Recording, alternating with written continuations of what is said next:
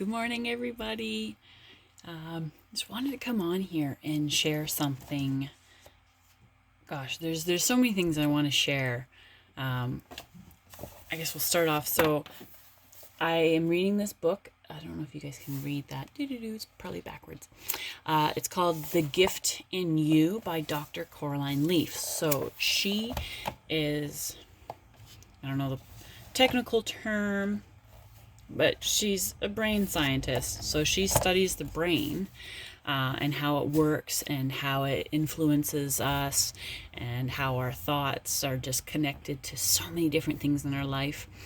She's also a Christian, and being a Christian, we are very passionate about what we believe, but there is a lot of big question marks that the Bible doesn't talk about. It's such a faith-based thing,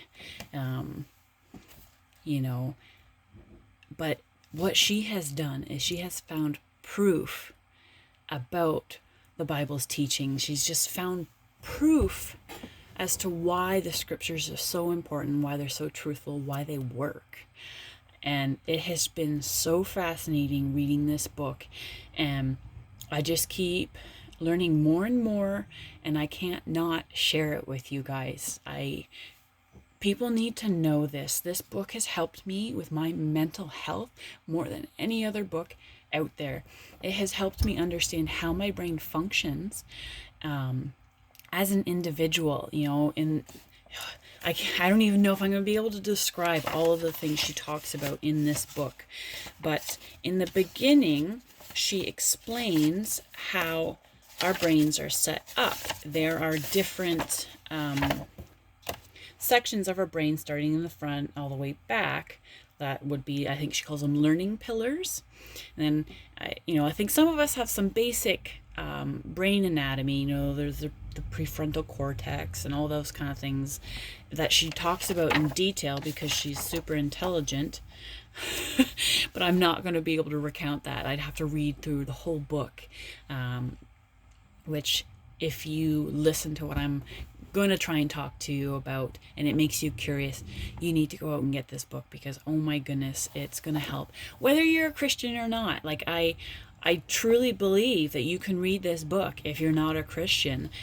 She does throw scriptures in there because she is a Christian. She is trying to make a point, and good for her. And if you don't agree, then I guess it's okay. Like that's your choice. We don't get to say anything about that. But that shouldn't stop you from reading it. She, here in this diagram, shows the different parts of the brain going from, I think, front to back here. I'll read them out. So there's interpersonal, linguistic, logical, mathematical, kinesthetic, musical, and visual spatial. So these are all the pillars of thinking, she calls it. So if you think about yourself, just reading those words, you might have an idea of where your strengths are. So she, in the beginning of the book, explains how we have a unique pattern. So for me, see if I can find, because she does a test that helps you figure out where your strengths are and how you learn and process information, which is so helpful for children. You can do this for children because then you're going to understand how you can teach them. Because a kid that's kinesthetic is not going to learn, I guess, linguistically as easily. They need to learn by doing. So for me, I'm interpersonal. So a lot of introspection, thinking, deep thinking. Intrapersonal, I believe that's kind of interacting with people. Visual, so I'm a very visual person, which, makes a lot of sense. I like watching and I like seeing things. And then tied for fourth, I've got linguistic, logical, and then musical. And then the last one is kinesthetic for me. And she really helps empower you to understand why you're so different. Because I think a lot of us get shamed because we don't learn the traditional school's version of intellectual. We can't just sit in a classroom and absorb information and then output perfect test scores, because our brains don't function that way. We are not logical and mathematical. Like, that's not how our brain functions. And so she explains how when you're receiving new information, so say you're in a classroom, you're learning something, your brain is going to take that information and it's going to go to your strongest part of your brain. So for me, that would be interpersonal. And then it's going to go to intrapersonal, and it just kind of processes the information. It pulls in different memories, lots of stuff like that. Anyway, super, super cool. And just so helpful for me to be like, oh, so there's a scientific reason, because she does use science. But there's a scientific reason why I learn the way that I do. And that's okay. Like, it helped me take a deep breath and be like, I'm not broken. I just think very differently. And I know so many people that, that haven't 100% expressed that same feeling, but I know that they feel the same way. I know that that's something that, they struggle with. Dan actually is a perfect example. Where's his test scores? Oh, is that them? But, oh, there they are. That'll make life easier. So for Dan, he's intrapersonal as his strength, and then he's visual and spatial. So visual, yeah, oh my goodness, Dan, very much so. Kinesthetic, he learns by doing, which is something him and I have talked about so much. I have had to change the way I teach things. I can't just talk to him or show him even. He needs to be able to do it. And then he's musical, interpersonal, logical, and linguistic. Anybody that knows Dan personally knows that he struggles to communicate. But that's because that's the way his brain is wired. And if he wants to, which he does, he can build on that. That's the cool thing about this. It might not be your strength, but it doesn't mean that you can't improve in those areas. It's just helping you understand where your natural, your gift strengths are. And that kind of helps you find a peace about it so that you can work on yourself. I think that's kind of like a good little backdrop. So after you kind of figure out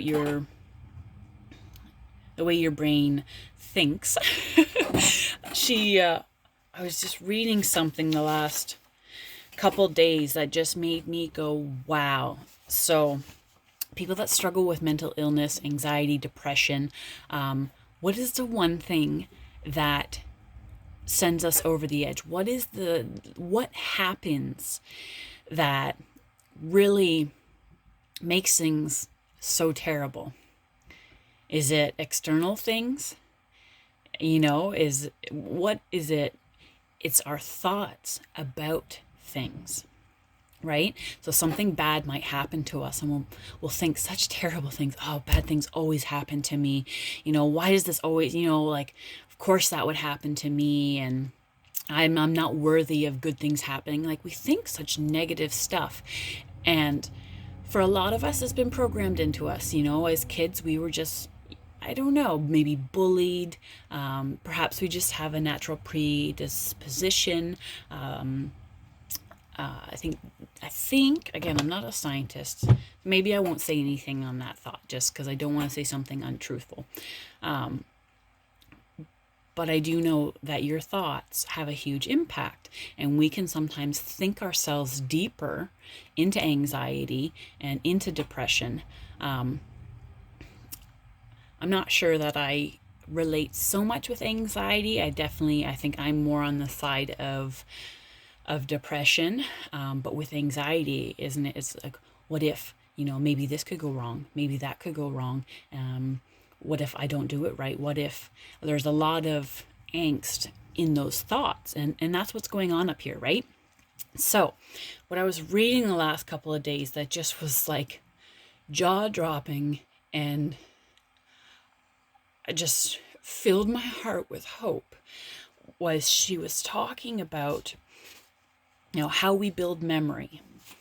I believe, and forgive me if I don't get the science exactly right on this. I'm going to do my best to read from here, but I want to also explain it in a way that makes sense, because you kind of do need to read a lot of this book in order to understand the depth of what she's trying to talk about.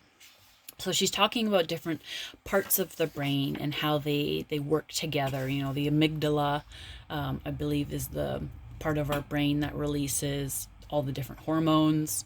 I think she's starting to talk about the hippocampus. So I believe, if I remember correctly, she was saying that the hippocampus is where information goes to create a memory.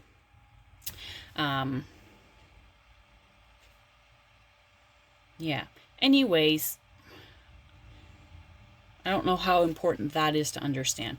But then she talks about when we choose to switch on. Yeah, man, okay. Give me a second. I'll come back so that way I can explain this properly in a way that's going to make sense. Because again, you do need to read. So I'm just going to try and summarize it. Give me a moment. Okay, so I think I've got it. You'll just have to roll with me for a moment. So there are things in our brain called neurotransmitters, and I've actually learned about these before when I was learning about working with autistic children, and how they, if I remember correctly, don't have as many, which neurotransmitters are responsible for moving information around or sending things across your brain to light up different parts to make you think about certain things. So she's talking about when we're building memories, whether good or bad. So say you're learning something, new information is coming in, you're creating a memory about that thing. So neurotransmitters are bouncing around in your brain, starting to create the process of creating a memory. So they go through your brain into the different areas, and it's kind of like turning on a switch to choose how we're going to use our thoughts. And she talks about when that happens, our brain creates proteins. And if those proteins are used in a good way, in a healthy way, with positivity and love, she talks about how, like, there's two ways that we can think. We can think with love, or we can think with fear. What are the things that branch off of fear, right? Anxiety, depression, those kind of things. What are the things that branch off of love? Peace, happiness, joy, all those things. So she talks about how you can only be thinking in one or the other. So people that deal with depression and anxiety, we unfortunately are thinking, or we are using our brains from a fearful way, and learning that you have the power to choose love thoughts and all that it's a hard journey. But oh my goodness, this book has broken it down in a way that makes it so doable for me. So anyway, okay, so when we're learning, memories are being built. We are about to choose how we're going to use our thoughts. So if we're choosing love, it creates certain proteins that helps make a good memory. But if we've been functioning in a fear-based, we have all these other memories, because what our brain does, oh my goodness, there's so many things. So what our brain does while it's also creating memories, is it goes back into your subconscious without you even knowing, and it pulls in like information. So different situations that are similar, because it's trying to process this new thing that you're learning. So it's pulling in old information to try and make sense of it all, right? And it's like if old information in your brain was learned in a toxic way, in an unhealthy way, in a fear-based way, that's going to influence the way that you perceive this new information. And so like your brain is just wired, unfortunately, to look at things from a fear base, but realizing that your thoughts have control. So then what she starts to get into is if you can start to choose to look at things from a positive light, like I'm learning this new information. And in the past, I've had teachers that were awful to me. They made learning scary. They made learning painful and toxic. They wouldn't answer my questions because they were too hard to explain or they were too stupid. So for me, learning is difficult because I have all these toxic memories that influence the way I receive new information. But once I stopped and was like, okay, so I'm learning something new and this is starting to get stressful for me. I'm getting anxiety. I stop and I'm like, okay, no, that's not actually what's happening right now. That's an old memory influencing right now. Let me actually stop, pause, and look around. Is that teacher being rude to me? No. Actually, they're being very kind. Is this topic stressful to me? Well, no, actually, I'm quite passionate about this and I really want to learn that. And shifting your perspective and taking control of that thought is crucial. And she explains how by doing that, you create proteins that build that memory and make it better. Because what can happen is when we go the opposite way, and instead of me stopping and pausing and realizing the reality of this new situation, and it is good, but if I went the other way and I'm still living in fear, even though my reality is not giving me anything to fear, I'm creating proteins in my brain. I think too many proteins, and perhaps I think it's a slightly different protein in my brain that then makes that memory negative again. So it's almost building on those negative memories from years and years and years of awful teachers and awful learning experiences. And I just found that so empowering. She just breaks it down in a way where it's like, it's scientific proof that the way you think affects every area of your life. And I have just been blown away. Like I'm shaking right now because this information is life-changing and I can't not share it with you guys, because I know there's so many of you out there that struggle with self-esteem and depression and self-worth, and I know that the root of a lot of that you can't change, but you can change the way you think about it. And for me, before this book, it was like, okay, yeah, I can change the way I think about stuff, but how? Like, does it actually even work? Like, I didn't have enough proof that it would work. But this book, she just breaks it down scientifically. Like, for the most part, we know science to be complete fact. Yeah, and she just, I don't know, she breaks it down in such a way that you can't deny the truth of it, and you can't deny that it works because it's a scientific level. Like, our brains are so fascinating, and the way that they work and the way that, your emotions influence things if you're not careful, and how, yeah, oh man. So I'm going to stop right there because I think I've said what I need to for now, because you just need to go get this book and read it for yourself if you're looking for something that's going to help you manage any of the unhealthy habits you have in your life. I know how crippling it is to live with depression, and those toxic negative mindsets. I know what it's like. I know how it influences the relationships in your life. And I don't want that for you. I don't want that for me. Like, that's not how we're designed to live our lives. And I find this book is so powerful in helping us understand ourselves and the choice that we have to live the life that we want and the way that we want it. I'm going to stop there because I don't want this video to be too long. If you have any questions, let me know. I understand that it's not going to be everybody's cup of tea, and I really hope that the fact that she's a Christian author isn't going to deter you from getting this book, because there's too much good information in here to pass up on this. So I love you guys so much, and I want the best for you guys, and yeah. And you can get it. That's the best part, is you can get the life that you dream of. I don't care what the thoughts in your head say. You are good enough, and you can. All things are possible. All things. Yeah.